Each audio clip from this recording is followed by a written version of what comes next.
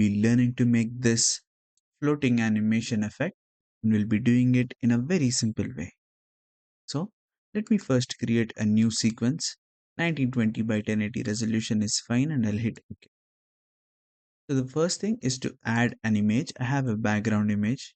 Basically, you can use any backdrop. So let me increase it to around 10 seconds.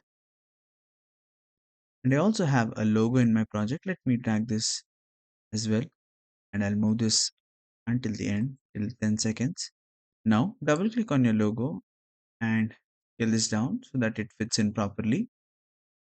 And next, click on this timer button here for position. Make sure you're at the first frame. Click on the logo so that you can see the anchor points. Move around 1 second forward and then move it something like this. Go to 2 seconds and then move it something like this. Go to around 3 seconds and change it to something like this. Go to around 4 seconds and move it like this. And go to the 5-second mark and copy all these keyframes. Hit Ctrl C on your keyboard, and at 5th frame, simply paste them. Now you can see that it is acting as a loop and it is having this sort of floating animation effect. In order to enhance this, all you have to do is go to FX panel. If you don't find the FX panel, go to Window and ensure that FX is checked.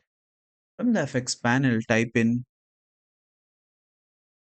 drop shadow. So you have this drop shadow effect in the perspective folder of the video effects, and I'll drag this onto logo. Let me scroll down and increase the distance something like this.